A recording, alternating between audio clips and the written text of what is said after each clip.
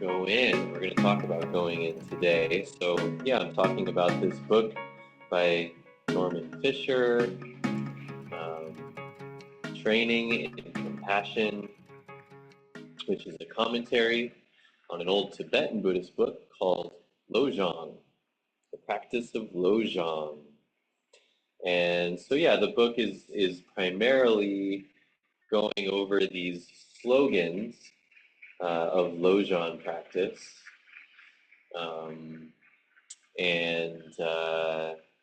not necessarily going to be like looking at each of the slogans as much as some of the commentary that he brings, because he's a Zen teacher who's commenting on this Tibetan practice, this Tibetan Buddhist psychology practice. So I'll just kind of continue where we left off yesterday. We talked about doing reps, kind of like the gym. If we really want to awaken and take the Buddha away, then we have to keep at it. You got to do the thing. You can't just read the books and talk about it. We have to actually share in the practice of the Buddha. Yeah. And we talked about being plastic, how we're not stuck in this is who I am, this is how I am. There's so many aspects of ourselves that we can shift and transform and open. This whole thing is all about opening, not just this book, but this whole practice and session. We sit long hours and really practice silence, commit to silence, so that we can open. I just love that image of just opening.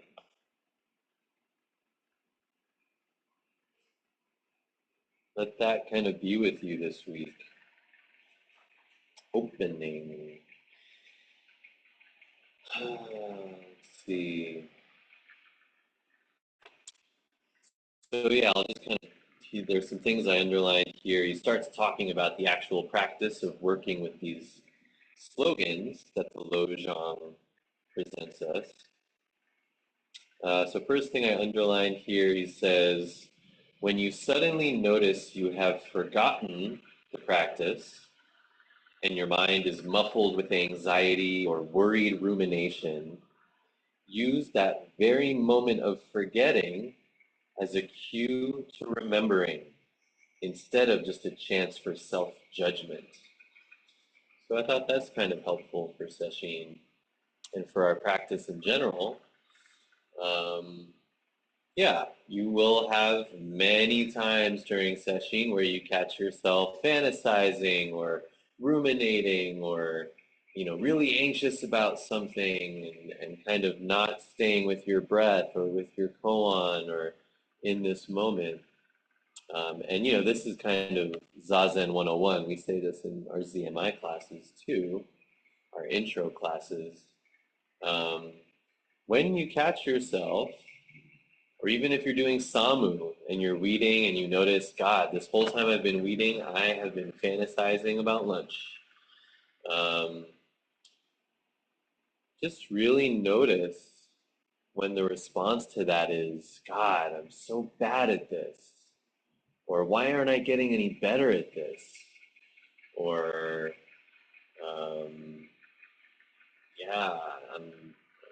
any kind of judgment, like he says. I mean, really, any kind of judgment around your spiritual practice is kind of useless, even the good kind. Man, this session, I got so still. I was so clear on day 3. Throw that shit out. Clear is good. Busy is good. Just use this moment to come back, right? And that's kind of what he says. When you realize you have become muffled with anxiety or worried, ruminating, use that very moment as a cue rather than a chance for self-judgment. So I often say in the intro class, I say every time you lose count, if you're counting your breath, or anytime you catch yourself fantasizing and then you bring yourself back to one, it's basically like doing a rep at the gym. Every time you have to bring yourself back, it's another rep. You're getting stronger. So, yeah, in a way, I was actually just reading something from Aitken Roshi, and he was quoting some other Japanese guy or something. Oh, Yasutani Roshi, who said, a still mind is fine, but it leaves zero room for any creativity. I love that. So yeah, the practice of like bringing your mind back and calming your mind is a very powerful practice. But to shoot for that as the goal, I think is a very limited practice. So yeah, during sesshin and zazen, have no design. What does Dogen say? Have no design on becoming a Buddha. Have no goal of I am going to be super clear this session. My mind is going to be so good. Just take this moment to do the best you can and forget about any kind of judgment, any kind of idea of what good zazen will look like. Just let go of that. And so when you catch yourself wandering, just bring it back and say, thank you. Thank you, Bobby. I'm glad you remembered. In the five ranks, Tozan's five ranks, they're the last koans you do in the curriculum. And in one of the ranks, I can't remember which one, I think it's the third one of the poems says, the cuckoo's call urges the traveler to come back home. Something like that. And that cuckoo's call is my innate Buddha nature. That's what we are deep down, beneath all the conditioning and the karma and the trauma and the patterns and everything. Innately, we are totally one with everything. And so he uses this cuckoo's call, this bird, the cuckoo's call, as a metaphor for our innate true self that beckons us back. Because no matter how many times we get lost in rumination and fantasizing during zazen, without fail, it'll come back. Oh shit, I've been thinking for the last 2 hours. Let me bring it back. Even if you spend, the first hour and 49 minutes thinking about sex, thinking about your family, just that one last minute before the bell rings, that cuckoo calls you back. That is Buddha activity. That is deep, deep practice.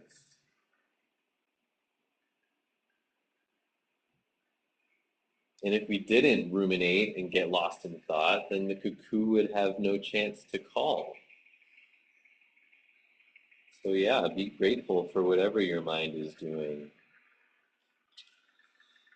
So yeah, now it kind of starts getting into how these slogans work. And again, these slogans, this Lojong practice is all about how to cultivate compassion for myself and others. And basically, the way the slogans do that is by asking us to lean in, to really go into our suffering, our conflict, our dukkha, Um, by the way, I think my new favorite translation of dukkha is not going my way. Not going my way.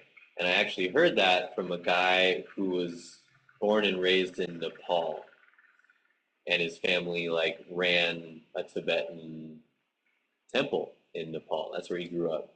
And so according to him, the Sanskrit actually translates to not going my way. And I just love that. I feel like it covers everything from the most awful major trauma you can imagine, is things not going my way, all the way to the person I have a crush on doesn't like me, or the pizza wasn't warm enough. First world problems, 80th world problems, they all kind of fall under that not going my way. Anyway, just a little side note there. Um, so yeah, he's really starts to introduce this practice of leaning in. He says, most people don't thrive on trouble or enjoy unpleasantness. So naturally, we approach our spiritual practice hoping that they will help us eliminate difficulties.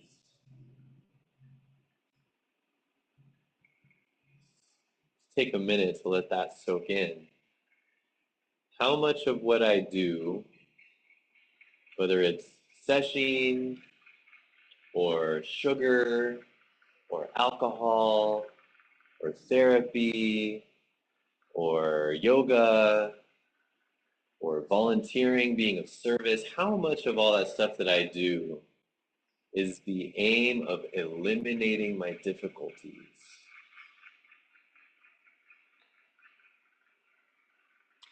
But these slogans take the exact opposite approach. When difficulties arise, they tell us over and over again to turn towards them rather than away. When we train our mind to embrace what's hard instead of trying to get rid of it, we have begun to walk a path of growth, happiness, and true resilience. Our very difficulties and sufferings, if we hold them the right way, can be wedges to pry open our smallness. So this is such an important line to me, because we've all heard lean in, go into the skid, be the feeling, embrace your suffering, go into it. I feel like we talk about that a lot, and both in Zen and other spiritualities and therapy and psychology, that's like a very common thing now. Like go in, face your fear, all that stuff.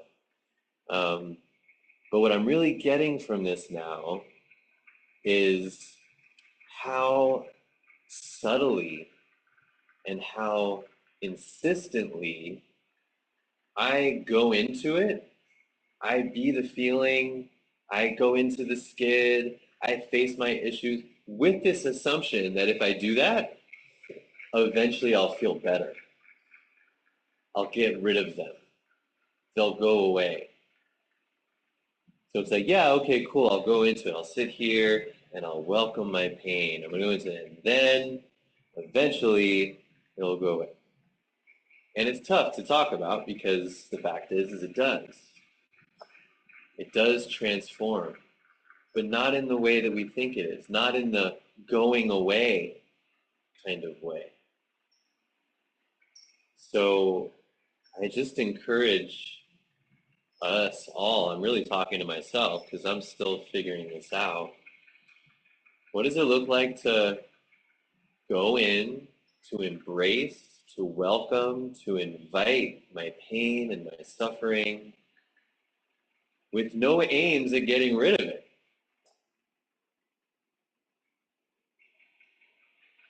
Really, I mean, that's real embrace right there. Not embrace so that I can smother you, Embrace, like really embrace. Hug. I like that. I've never thought of that. I'm actually gonna yeah, the synonym for embrace is hug. Hug my jealousy. Hug my loneliness. Hug my grief. Just as grief, not as something to hug so that it can go away. I love that.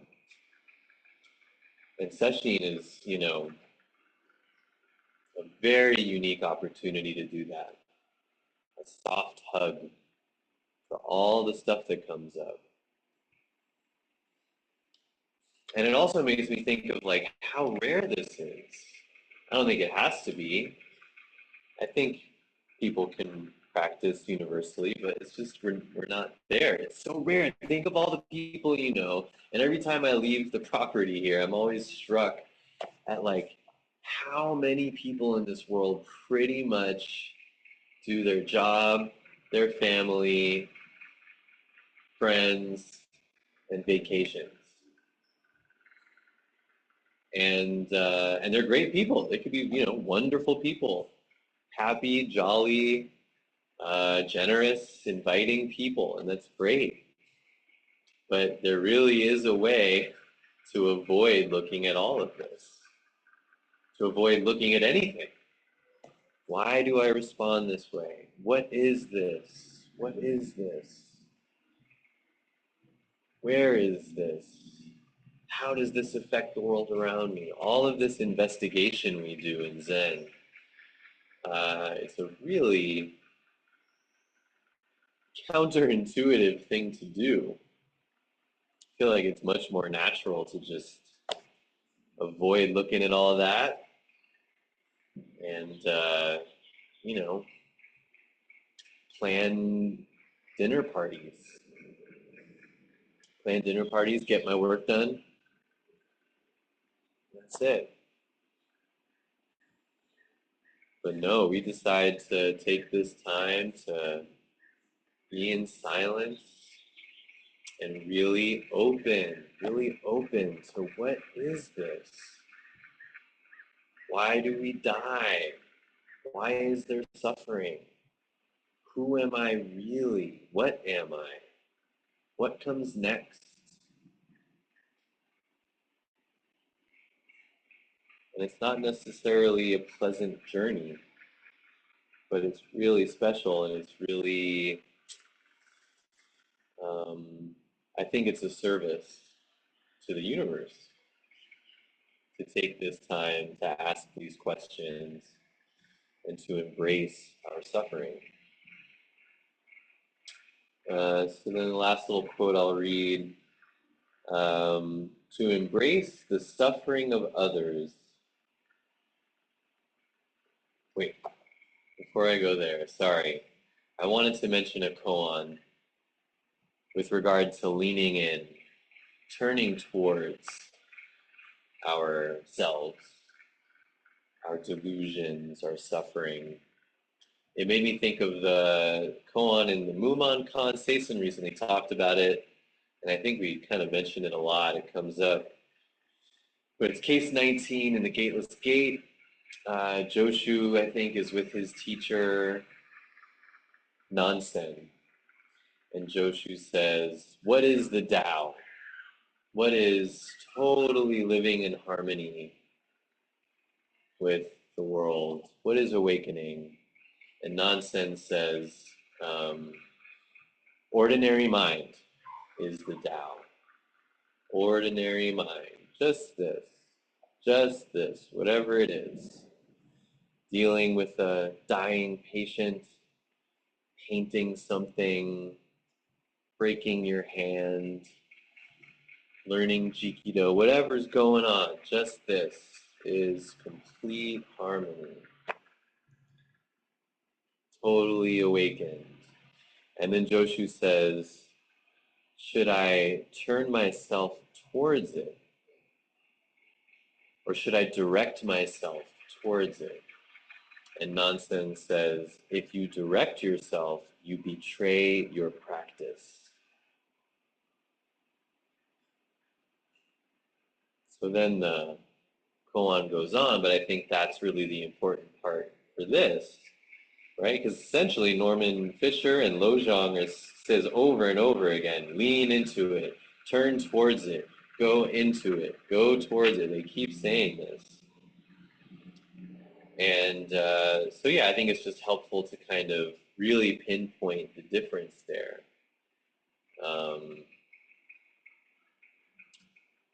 So in the koan, we're talking about awakening, some kind of result. Should I direct myself towards the Tao, living in harmony, feeling some kind of way, being some kind of way? You know, a lot of people tell me, man, I really want to come meditate so I can just be like totally calm and I want to be like peaceful in my life. And I say, well, you should go take some MDMA because that'll work a lot better. um, so yeah, if you try to direct yourself towards anything, that's what Nonsense says. He says if you try to direct yourself, not just towards it, if you try to direct yourself, you betray your practice. If you're trying to gain something, do something, make something happen, you're just transgressing an impermanent universe that's always changing. And of course, the other side is we can. If I direct myself towards building a birdhouse and I look up the instructions, I can probably make a birdhouse. So it does make sense in some ways, but when we're talking about realizing true self, realizing the Tao, taking care of my difficulties and sufferings, then we have to do our best to stop directing ourselves anywhere. And so this practice of directing ourselves towards our pain is really more specific. Um, it's really about inviting our pain, our suffering. We're not necessarily directing ourselves towards suffering, right? We don't want this to turn into like a wallowing practice and I do whatever I can to bring up all my triggers and traumas. No, we don't want to do that. The world is suffering enough as it is. So we just allow. We allow all the joy and all the wonder and all the pain and suffering to arise. And even if our lives are going swimmingly and everything's perfect, we're never, if we're open and we're quiet, we're never going to be able to escape the suffering of others as our own. So to really invite, embrace, hug my suffering and the suffering of others, directing it towards nothing. I'm very curious to see what happens, and I hope you are too.